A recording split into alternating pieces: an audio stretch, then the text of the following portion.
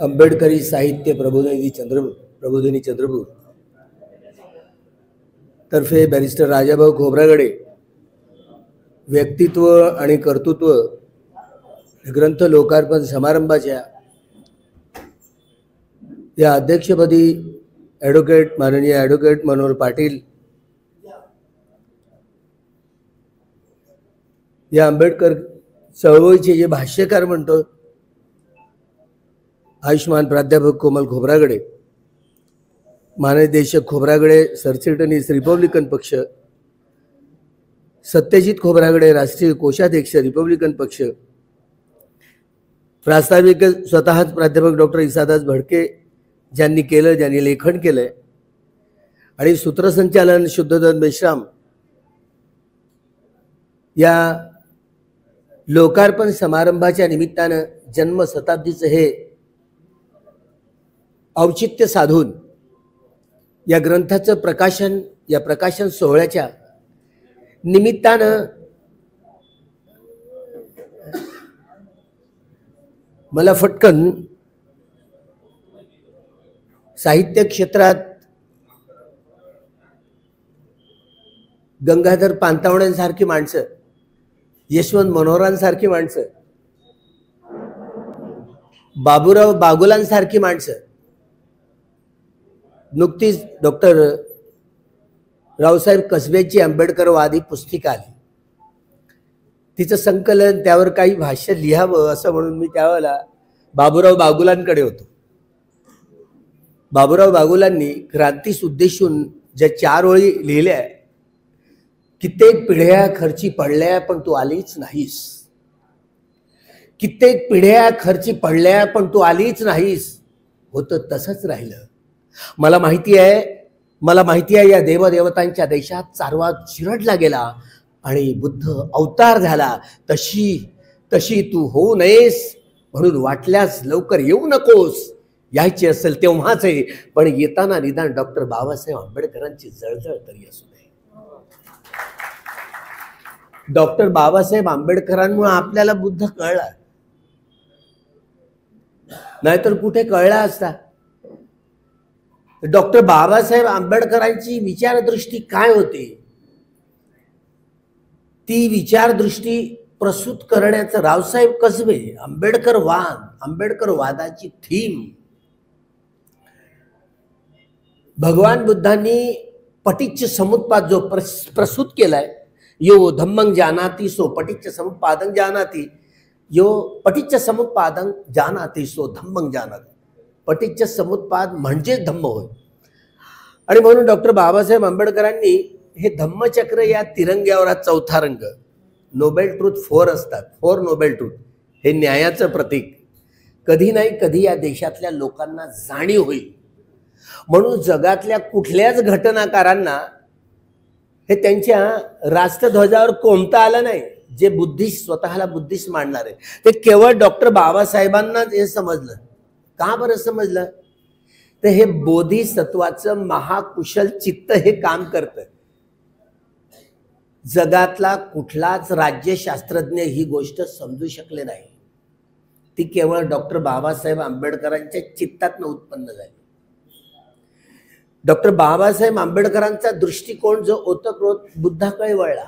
बुद्ध माझे गुरु, बुद्धांचा आउटलुक काय, बुद्धांचा दृष्टिकोन आहे काय आहे, त्या संबंधी ही तुम्ही आम्ही सगळीच माणसं, सगळ्या देशातली, सगळ्या संप्रदायाची सगळीच माणसं, प्रामुख्यानं अभिधम्मामध्ये पुग्गल पंयती, ही माणसं किती स्वभावाची असतात, कशा स्वभावाची असतात, 390 प्रकारचे स्वभाव आहेत.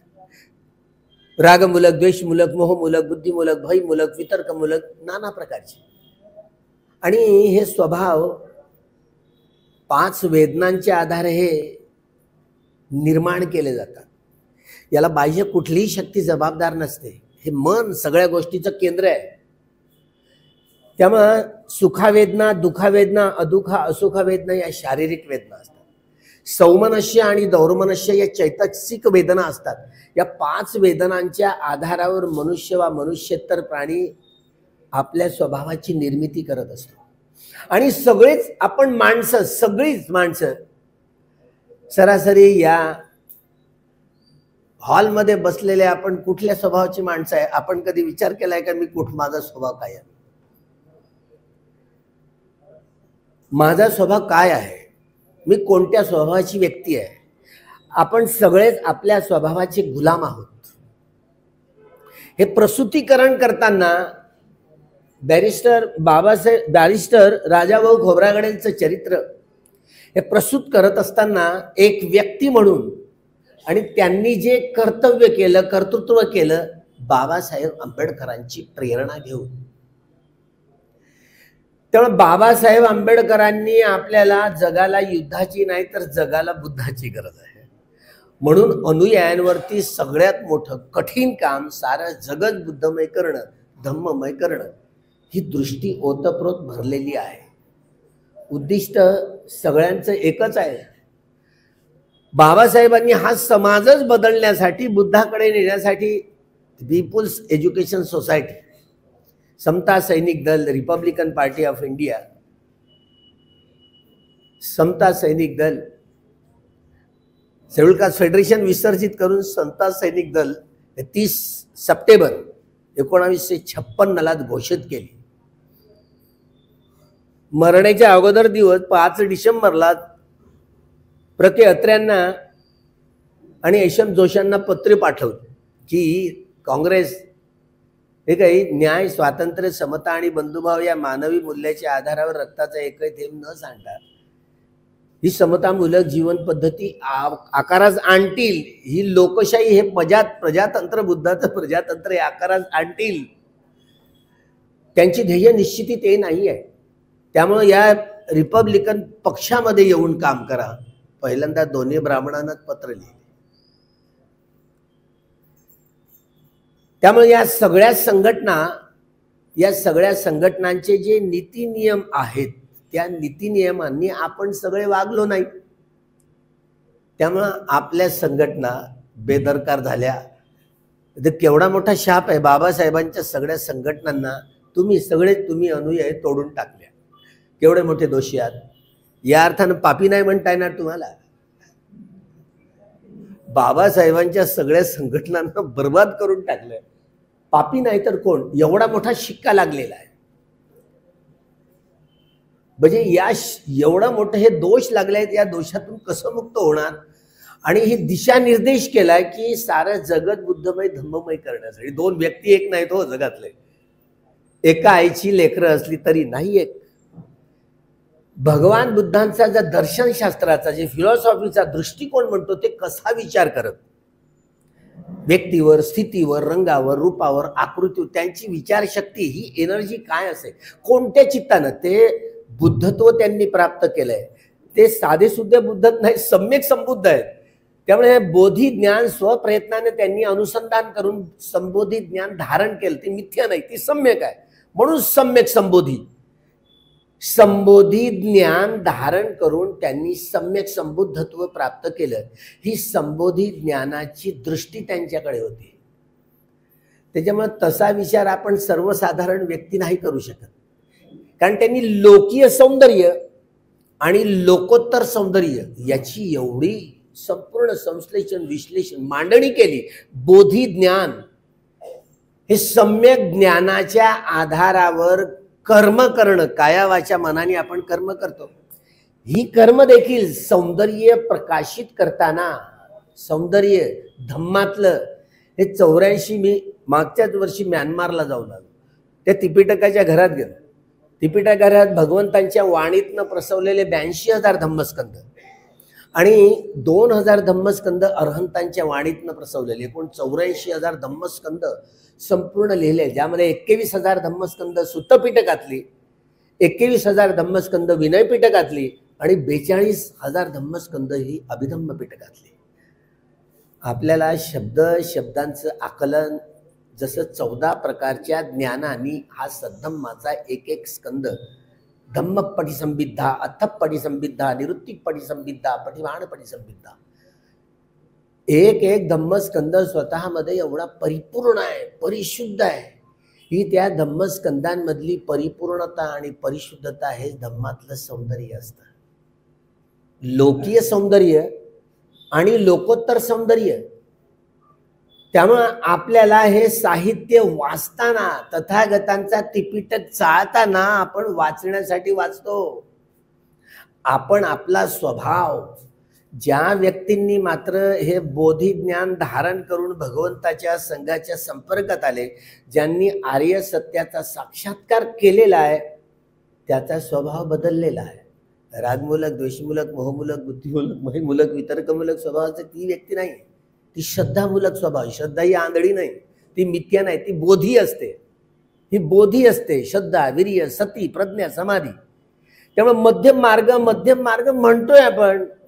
4 सतीपट्टण हा मध्यम मार्ग आहे, 4 इद्दीपाद हा मध्यम मार्ग आहे, 4 सम्मा प्रधान हे हा मध्यम मार्ग आहे, 5 बल हा मध्यम मार्ग आहे, 5 इंद्रिय हा मध्यम मार्ग आहे, 7 भोजंग हा मध्यम मार्ग आहे, अरियो अठ्ठंगिको मग्गो हा मध्यम मार्ग आहे.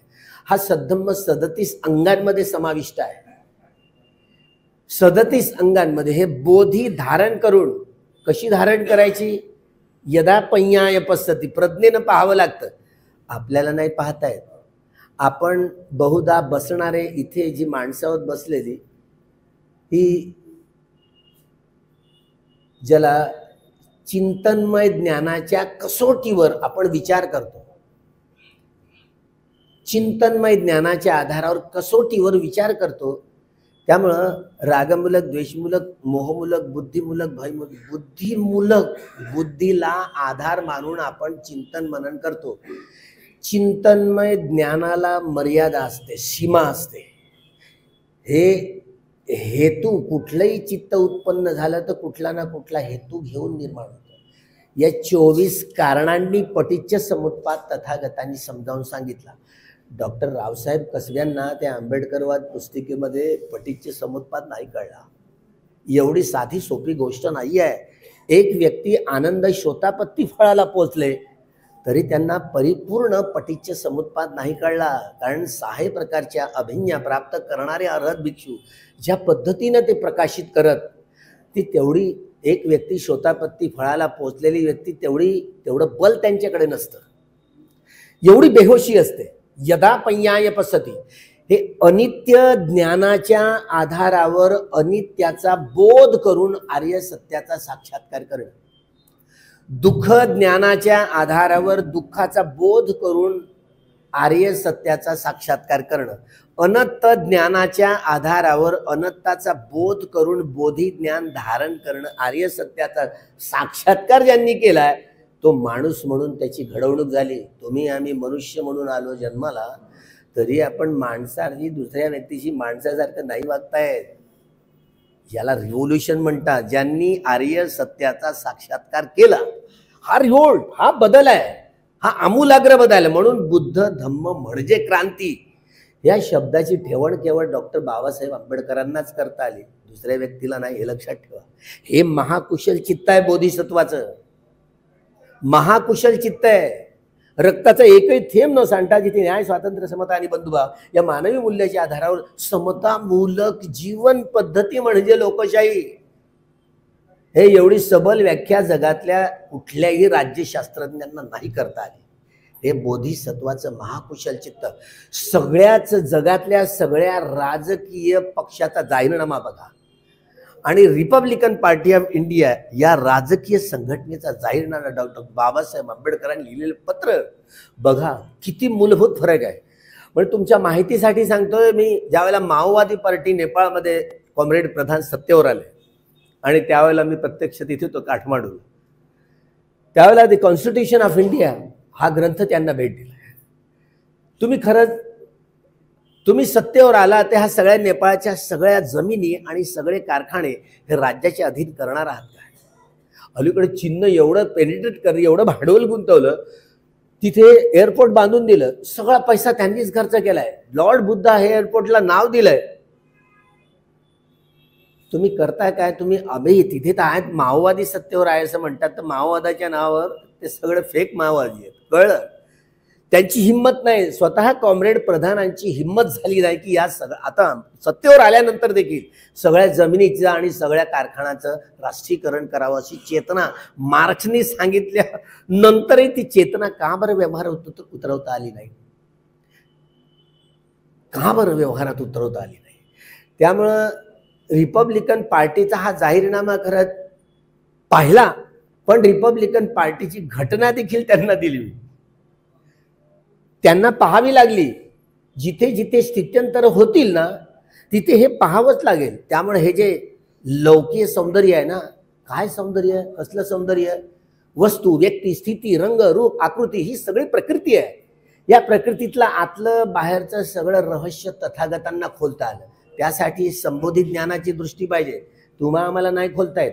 आपल्याकडे जेवढी काही वैज्ञानिकांची ही संपूर्ण भडीमार आहे, जे काही नवनवीन साहित्य, नवीन उपकरणं आली, 1968 साली अल्बर्ट लुईस या तत्ववेत्यांनी त्या अणूची फोडफाड करून टाकली. त्या अणूमध्ये न्यूट्रॉन, प्रोटॉन आणि इलेक्ट्रॉन आणि परमाणु ह्या भौतिक जगाचं अंतिम सत्य आहे या निष्कर्षावर सारं जग पोहोचलं. तुम्ही मान्य करताय, सगळेच लोक मान्य करतायत हे सायंटिफिक आहे म्हणून. म्हणजे सायंटिफिक दृष्टी म्हणजे बुद्धाची दृष्टी आहे का? पहा, विचार करण्याची प्रक्रिया पटीच्च समुत्पादाच्या ज्ञानाच्या आधारावर तथागत कसा विचार करत, हे लोकीय सौंदर्य, अनित्य लक्षण, दुःख लक्षण, अनात्म लक्षण, हे अनित्य लक्षण, दुःख लक्षण आणि अनात्म लक्षण या प्रज्ञेच्या तीनही लक्षणांनी वस्तूची, व्यक्तीची स्थिती, रंग, रूप, आकृतीचे तुकडे तुकडे करून पाहणं, तेव्हा अंतर्बाह्य रहस्य त्या व्यक्तीतलं, वस्तुत्व, स्थितीतलं होता येतं. भगवंतानी या भौतिक जगाचं अंतिम सत्य हे अठ्ठकलाप आहे. अठ्ठकलाप म्हणजे अजून अठ्ठकलापर्यंत कुठलाही वैज्ञानिक पोहोचलेला नाही. अग्नी, वायू, जल आणि पृथ्वी धातू आणि त्यांचे 4 गुण या 8ही कलापांनी मिळून बनलेला सूक्ष्माती सूक्ष्म कण याला अठ्ठकलाप असं नाव दे, ज्याचं संश्लेषण, विश्लेषण, विघटन आणि विभाजन करताच येणार नाही. आता होऊन जाऊ द्या.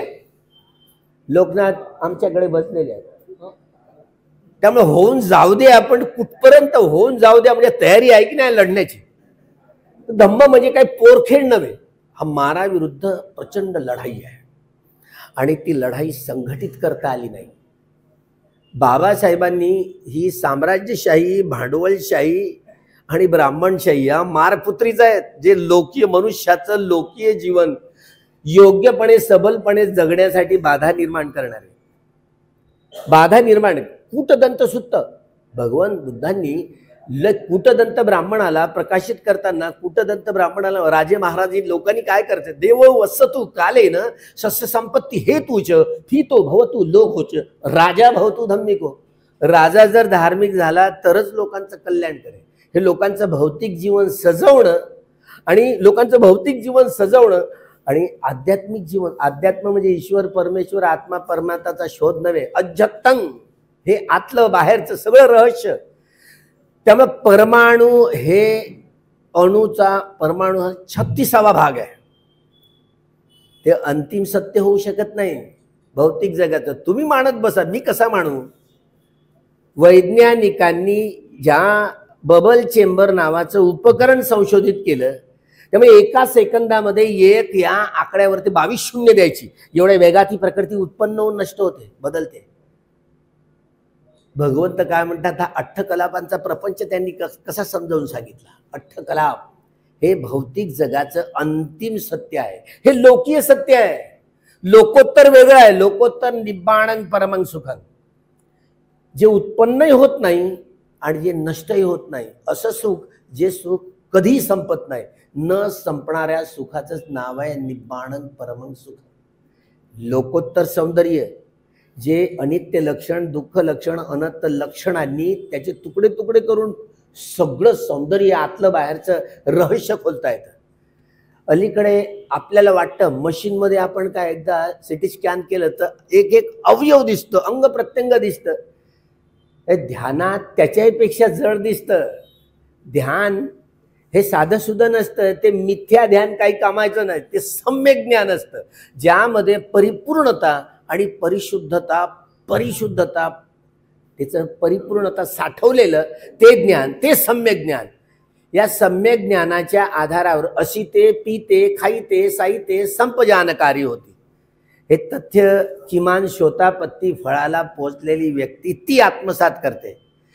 ती व्यक्ती अकुशल कर्म त्या व्यक्तीला शिवू शकत नाही, स्पर्श करू शकत नाही. मी जरी असलो ना तरी मी कधी कधी खोटं बोलून टाकतो. बस सांगण्याचं तात्पर्य असं, ज्या व्यक्तींनी आर्य सत्याचा साक्षात्कार केलेला आहे त्या व्यक्तींच्या चिंतनातनं खोटं बोलणं हे संपून जातं, राहत नाही. हे टोटल चेंज आहे. याला म्हणून बुद्ध धम्म म्हणजे क्रांती. हे सर्वसाधारण गोष्ट नाही आहे. त्यामुळे बुद्ध धम्माचं हे धारण करण्याची ही किमया जी होती, म्यानमारला जाऊन आला, स्वतः वेगवेगळ्या आचार्यांच्या भेटीगाठी घेतल्या. एवढे मागासलेले आहेत, काही खरं नाही, एवढे मागासलेले आहेत. पण ही छडी दिली ना, बघा अजूनही काही फरक पडला नाही. काही वर्षानंतर आपलेच लोक जपानमध्ये सत्ताधारी होतील असं चित्र दिसणार आहे. आपले लोक ताऊन सुलाखून निघत आहेत जपानमध्ये गेलेले. हे खरं आहे. बनतेंना विचारलं, अरहंत भिक्षूंच्या सोबत राहिलोय, 3 महिने राहिलो, त्यामुळे त्यांच्याकडनं काही शिकायला मिळालं. म्हणजे दृष्टी, आपण आपल्या स्वभावानुसार वर्तन करत असतो. तुम्ही सगळेच माणसं, आपण देखील त्यात, मी देखील समाविष्ट आहे. पण ज्यांनी आर्यत्व प्राप्त केलं, म्हणजे न जच्च होती आर्य, आर्य हा शब्दात मूळ पाली शब्द आहे, पण आता तिकडे गेलाय, बुद्ध धम्माचा प्रचार झाला, दुसरीकडे गेला. आर्य लोक म्हणे बाहेर ना आले, ते स्वतःला जन्मता आर्य म्हणत, खैबरतीत नेत. आर्यांच्या अनेक टोळ्या वाचतो ना आपण. हा मूळ आर्य हा शब्दच मूळ पाली आहे. एकाच बुद्धाची गोष्ट नाही. तुम्ही मोहेंजोदडो, हरप्पा मधले ते टिले पहा, तिथली अक्षरं पहा. स्वतः आम्ही ज्यावेळेला गेलो होती, अक्षर पाहिले, सांड पाहिला, तो अजूनही हा अमरावती मध्ये जे पुरातत्व खात्यांमध्ये जे दिसलं, तो सांड जसाच्या तसा आहे. सुरुवातीलाची चित्रलिपीवर आपण पाहतो ना, संस्कृत भाषेला लिपीच नाही आहे. खरं ते धम्म लिपीचा आधार घेऊन संस्कृत भाषा ही नंतर तयार झाली, पण सगळ्या भाषेची जननी म्हणजे संस्कृत, असं ते आपल्याला डांगोरा उलटा चोर कुतवाल कोटाले. त्यामुळे जे लिखाणाची जी दृष्टी आहे, आपल्याकडे जे साहित्य उपलब्ध आहे, जे साहित्य हे पाली साहित्य उपलब्ध, त्याची विकास प्रक्रिया आहे. आणि हे बोधी धारण करणाऱ्या व्यक्ती, मोगलान व्याकरण, कच्छान व्याकरण, सद्धनीती व्याकरण, हे व्याकरणाच्या साऱ्या आपल्याकडे आहे उपलब्ध, पण आपलं लक्ष नाही आहे. आपल्याला लिहायचं कसं, वाचायचं कसं, हे वेगवेगळ्या धम्मस्कंदांचं हे स्पष्टीकरण हे करायचं कसं.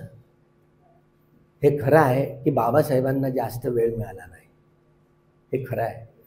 त्यामुळे बाबासाहेबांची लेकरं देखील आपण आहोत म्हणतो, पण बाबासाहेबांच्या या 4ही संघटना ज्या बर्बाद करून टाकल्या, त्या संघटनांच्या नीती नियमांनी वागलो नाही आपण, हे खरं आहे. हे सगळ्यांनी मान्य करावंच लागेल. त्यामुळे धम्म 4ही व्यक्ती, धम्म धारण करणारा व्यक्ती, त्यांच्या हातात जर सत्ता आली, तर निश्चितपणे हा संपूर्ण डोलारा बाबासाहेबांची लेकरच पेलवू शकतात. सारं जग बुद्धमय करण्याची क्षमता बाबासाहेबांच्या अनुयायामध्ये आहे का? तर हे हो अक्षर मिळाल्यावर काय, बनतेंकडून हो अक्षर मिळालं, बाबासाहेबांचे अनुयायी साऱ्या जगात पसरतील. बाबासाहेबांचे अनुयायी साऱ्या जगात पसरतील आणि हे बोधिज्ञानाचा योग्यपणे प्रचार आणि प्रसार बाबासाहेबांची लेकरं करतील. हे असे संकेत घेऊन ही मला माझ्या वाट्याला ही छडी आली बरं का. त्यांच्या मोठ्या शिष्याला जाणार होते. त्यामुळे या साहित्याच्या प्रकाशनात आपण खूप आंबेडकर वाद हे देखील तात्विक दृष्ट्या अजूनही समज नाही आहे आपली की कशा रीतीने समजावून सांगायचं. इझम म्हणून भगवान बुद्धांचा हा सद्धम्म स्वीकारला तर एक धम्माचा धम्मस्कंद देखील मला नाही वाटत तुम्हाला समजावून सांगता येईल. मीच तुम्हाला हरवून टाकतो, एकटाच हरवेन, मला माहिती आहे. माझ्या पुढे तर तुम्ही नाही जाऊ शकणार. हे खरं आहे. म्हणे योग्यपणे धम्म कथन करणारे व्यक्तीच नसतील. बुद्ध आणि त्यांचा 56 ग्रंथ त्यांनी त्यांच्या आयुष्यात लिहिले. 4 प्रतिज्ञा बुद्ध आणि त्यांचा धम्म शेवटच्या पृष्ठावर. ही जीवसृष्टी आहे असीम, सीमा नाही आहे. आणि प्रतिज्ञा आपण करूया की सगळ्या प्राणी मात्रांना त्यांच्या दुःखातून सुटका करून अंतिमतः त्यांना मुक्तीसाठी सहाय्यभूत होऊया. आपल्याला सैद्धांतिक आणि व्यावहारिक पक्ष योग्यपणे समजावून सांगण्याचं आकलनच नसलं, कशी ही कल्याण मित्राची भूमिका वठवणार आहोत आपण.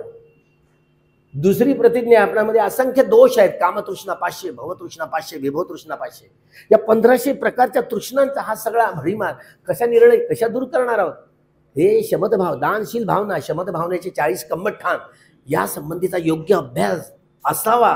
त्या आधारावर ही सम्यक समाधीची ही संपूर्ण प्रक्रिया पूर्ण करता येते. हे तदंग प्रहाणापासून विखंबन प्रहाणापर्यंत आणि विखंबन प्रहाणापासून समुच्छेद प्रहाणापर्यंत पोहोचण्याचे हे बल जेव्हापर्यंत विकसित होणार नाही, हे वृद्धिंगत होणार नाही, तोपर्यंत 1 इंच देखील धम्म चळवळ पुढे जाणार नाही. हे काळ्या दगडावरची पांढरी रेष आहे. त्यामुळं ही दुसरी प्रतिज्ञा आपणामध्ये असंख्य दोष आहेत आणि हे दोष एवढे साधे सुधे नाही.